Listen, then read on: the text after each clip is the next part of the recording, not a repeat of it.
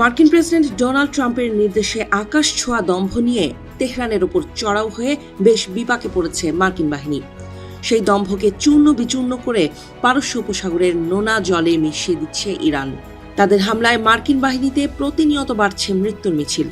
Report অনুযায়ী Iran একের পর এক নিখুঁত মিসাইল হামলায় মধ্যপ্রাচ্যে মার্কিন দাপট এখন তাসের ঘরের মতো ভেঙে পড়ছে।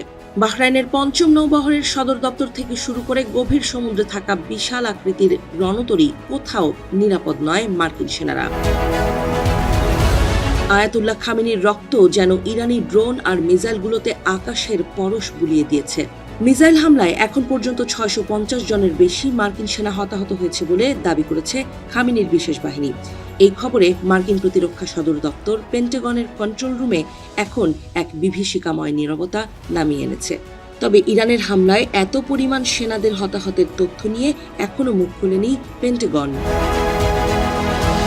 মঙ্গলবার আইআরজিসি দাবি করেছে যে তাদের ট্রু প্রমিস 4 অভিযানের প্রথম 2 দিনেই অন্তত 650 জন মার্কিন সামরিক কর্মকর্তা ও সেনা নিহত বা আহত হয়েছেন। ইরানের শক্তিশালী মিসাইল ও ড্রোন হামলায় মধ্যপ্রাচ্যে থাকা মার্কিন ঘাঁটি এবং যুদ্ধজাহাজগুলো লণ্ডভণ্ড হয়ে গেছে বলে দাবি করেছে বাহিনীটি। ইরানি বিশেষ বাহিনীর মুখপাত্র ব্রিগেডিয়ার জেনারেল আলী মোহাম্মদ নাইনি বলেন, যুদ্ধের প্রথম 2 দিনেই 650 মার্কিন সেনা হতাহত হয়েছে। যদিও যুক্তরাষ্ট্র স্বভাবজাতভাবেই এই তথ্য গোপন বা অস্বীকার করবে, কিন্তু আমাদের গোয়েন্দা ও যুদ্ধক্ষেত্রের রিপোর্ট এই সংখ্যার সত্যতা নিশ্চিত করেছে। এছাড়া চলমান যুদ্ধে ইরানি বাহিনীর সফলতার কথাও তুলে ধরেন তিনি। নাইনি বলেন, ইরানি বাহিনীর প্রচণ্ড আক্রমণের মুখে মার্কিন বিমানবাহী রণতরী ইউএসএস আব্রাহাম লিঙ্কন ইরানি উপকূল থেকে পিছু হটতে বাধ্য হয়েছে। ইরানের দক্ষিণ পূর্ব উপকূল চাবাহার থেকে প্রায় 250 থেকে 300 কিলোমিটার দূরে অবস্থানরত এই রণতরী লক্ষ্য করে 4টি ক্রুজ মিসাইল ছোড়া হয়। এরপরে জাহাজটি ভারত মহাসাগরের দক্ষিণ পূর্ব দিকে পালিয়ে যায় বলে দাবি করেন তিনি। এদিকে রিপোর্ট অনুযায়ী বাহরাইনে অবস্থিত মার্কিন নৌবাহিনীর পঞ্চম নৌবহরের সদর দপ্তরে বারবার মিসাইল ও ড্রোন হামলা চালিয়েছে ইরান। একটি নির্দিষ্ট হামলায় প্রায় 160 জন মার্কিন কর্মী হতাহত হয়েছেন বলে দাবি করা হয়েছে।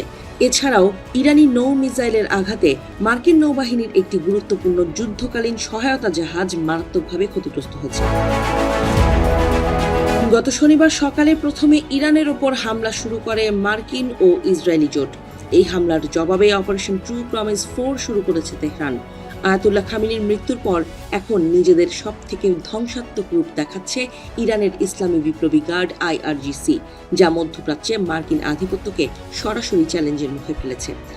বিশেষজ্ঞদের মতে ইউএসএস আব্রাহাম লিঙ্কনের মতো দানবীয় রণতরীও ইরানি ক্রুজ মিসাইলের তাড়া খেয়ে ভারত মহাসাগরের গভীরে আশ্রয় খুঁজছে।